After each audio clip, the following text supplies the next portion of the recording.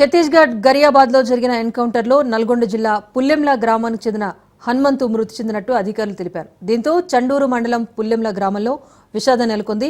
45 ఏళ్ల క్రితం మావోయిస్టు పార్టీలోకి వెళ్లిన పాక హనుమంత్ ఇప్పటి వరకు అజ్ఞాతంలోనే గడిపారు. నల్గొండ పట్టణంలోని ఏబీవీపీ నాయకుడు శ్రీనివాస్ హత్య కేసులో హనుమంతు నిందితుడిగా ఉన్నారు. హత్య తర్వాత హనుమంత్ మావోయిస్టు పార్టీలో చేరారు.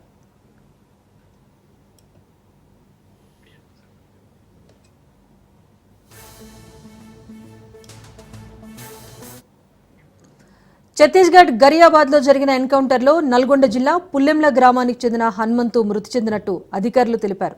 దీంతో చండూరు మండలం పుల్లెంల గ్రామంలో విషాదం నెలకొంది. 45 ఏళ్ల క్రితం మావోయిస్టు పార్టీలోకి వెళ్లిన పాక హనుమంతు ఇప్పటి వరకు అజ్ఞాతంలోనే గడిపారు. నల్గొండ పట్టణంలోని ఏబీవీపీ నాయకుడు శ్రీనివాస్ హత్య కేసులో హనుమంతు నిందితుడిగా ఉన్నారు. హత్య తర్వాత హనుమంతు మావోయిస్టు పార్టీలో చేరారు.